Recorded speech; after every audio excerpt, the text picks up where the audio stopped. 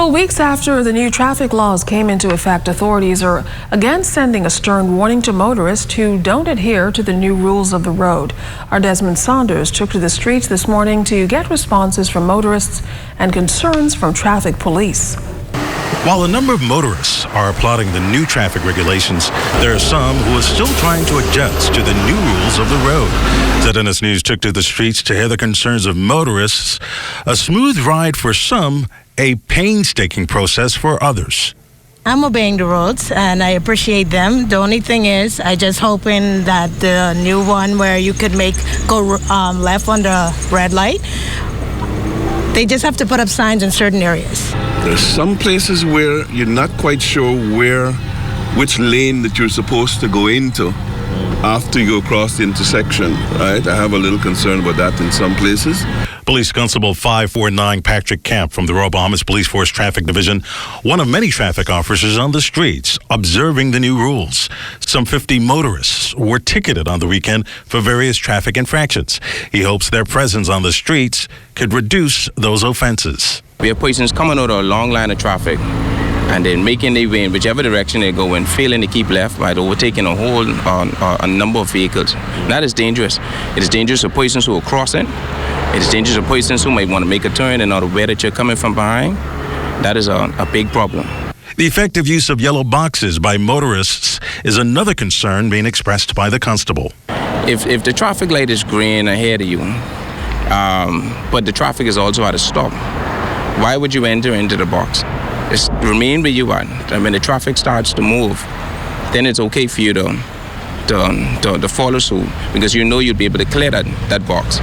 If you're found in that box by a traffic officer or any police officer in uniform, you can be ticketed, and it is a $300 fine. Drivers are allowed to turn left on red at a traffic light once no vehicle or pedestrian obstructs their path. The constable adds that the amendments to the road traffic laws criminalize both the use of phones while driving and doing so with an open alcoholic beverage. Please, don't pour the alcohol beverage in another container and in an attempt to deceive an officer. It is still alcohol. The whole purpose is for us to crack down on the use of alcohol drinking while driving. Traffic police will be out in full force this week to ensure that the rules of the road are carried out. Reporting here from the intersection of Prince Charles Drive and Soldier Road, Desmond Saunders, ZNS Network News. Well, they've toiled and labored in classrooms, churches, and other organizations of their own for a number of years. Now these nation builders are being rewarded for their hard work and dedication. Anthony Smith has more. Yeah, but you don't do things expecting others to say thanks. You just do it out of, the need for it. Beverly Taylor's career as an educator spans over 37 years. First as a teacher, next as an education officer, and then as a science program coordinator. And today, she along with 11 others are being celebrated and recognized as nation builders. Despite 21st century changes, they continue to build their communities based on treasured values taught to them by those who came before them. And for this, they are being recognized today. For 22 years, the Ministry of Social Services and the National Council on Older Persons has recognized everyday pioneers of the Bahamas. Philanthropist Bertha Lee Adderley and former athlete Cyril Johnson are just some who received the honor today in front of Governor General His Excellency, the Most Honorable Cornelius A. Smith. Of the honorees, Minister of Social Services, the Honorable Frankie Campbell, says their talents are wide-ranging. Some of you have contributed to the spiritual growth of the community as pastors, others to education as teachers and tutors, and Miss Taylor was one of my teachers. I won't say to you how many times she had to. Some to sports, blazing the trail. And as an honoree, former teacher to the Social Services Minister, Ms. Taylor, says she is honored. I feel humbled to know, because I never, you do things to help others out of the goodness of your heart, and as God says, we must love each other and, serve Him as many ways as we can, and enhancing the lives of others. So you never think about it as being rewarded. So when I was called to show that they want to honor me, I was very humbled. This year's cohort brings the total of Nation Build awardees to 206.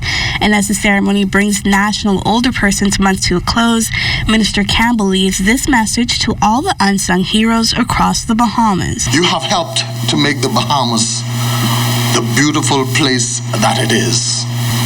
We ought to reverence your contribution, not just on international celebratory days, but throughout the year.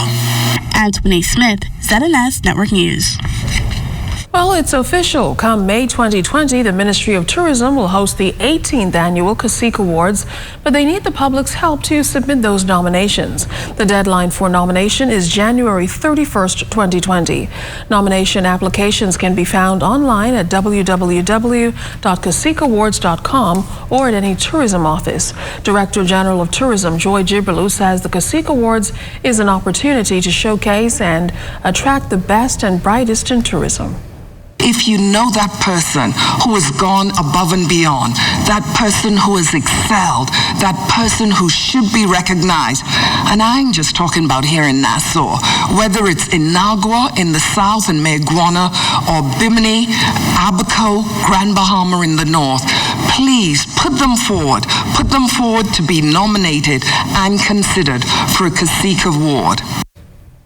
Permanent Secretary Charles Albury says he expects the number of nominations for the 11 categories in this year's awards to be higher than it's been in the past. Here's why. Year 2018 was our most successful year in tourism across all metrics.